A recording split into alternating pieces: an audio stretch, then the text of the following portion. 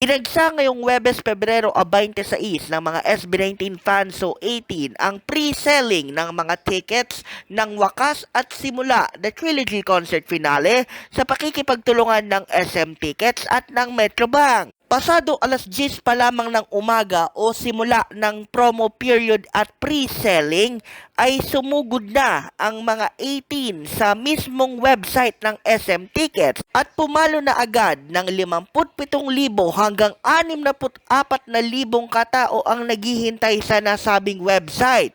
Kung kaya't maski ang mga official social media pages ng P-Pop Kings ay hindi rin pinatawad ng mga fans na nagnanais ng good luck para sa mga mamimili at hari naway makayanan ng ticket provider ang influx ng mga nagnanais na swertehin. Qualified para sa pre-selling period ng Metrobank ang mga may hawak ng Metrobank Peso Mastercard, Vantage Mastercard, M-Mastercard, maging ang mga Titanium, Platinum, at World variants. Bukod pa ang PS Bank Credit Mastercard, Toyota Mastercard, Robinsons Mastercard, ON Virtual, at Metrobank Prime Debit.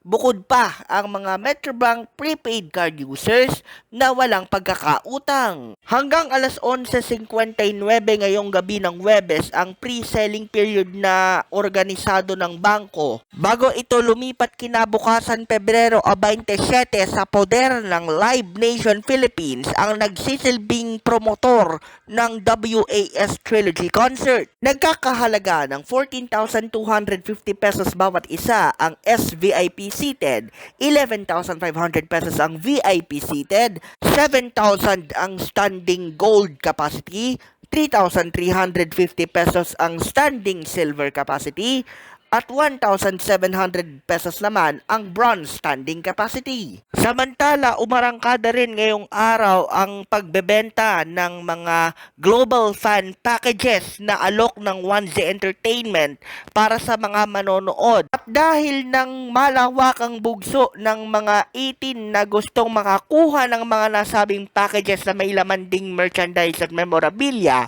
bumigay ang mismong website ng managers ng P-Pop Kings, pero hindi na bale para sa mga fans ang magtiis ng ilang crash at pagbagal ng mismong website. Makakuha lamang ng hindi malilimutan at mga once in a lifetime na mga items na mayroong pagmumukha at essence ng kanilang sinusuportahan.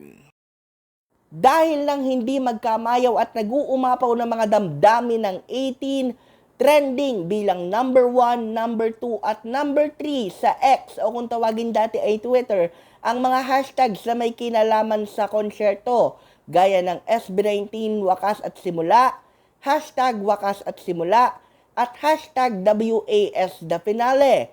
Pebrero 28 naman o araw ng Sabado magsisimula ang general selling period o ang pampublikong pagbenta na ng mga tickets para sa naturang konsyerto na nakaschedule ng Abril 18 sa SMDC Festival Grounds ng Parañaque.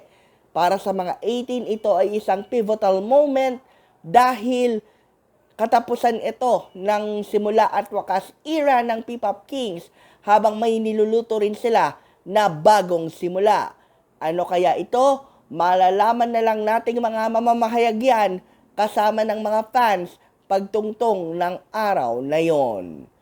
Yan ang totoong balita mula sa Mabuhay Radio Japan Worldwide. Sa bawat oras, bawat himig, nananatili kaming walang takot, walang pinapaboran. Ito ang Sanbat sa Patrol number 2, Stephen Saraspe Perez, nag-uulat sa larangan ng SB19 dito sa ating Batangas Bureau.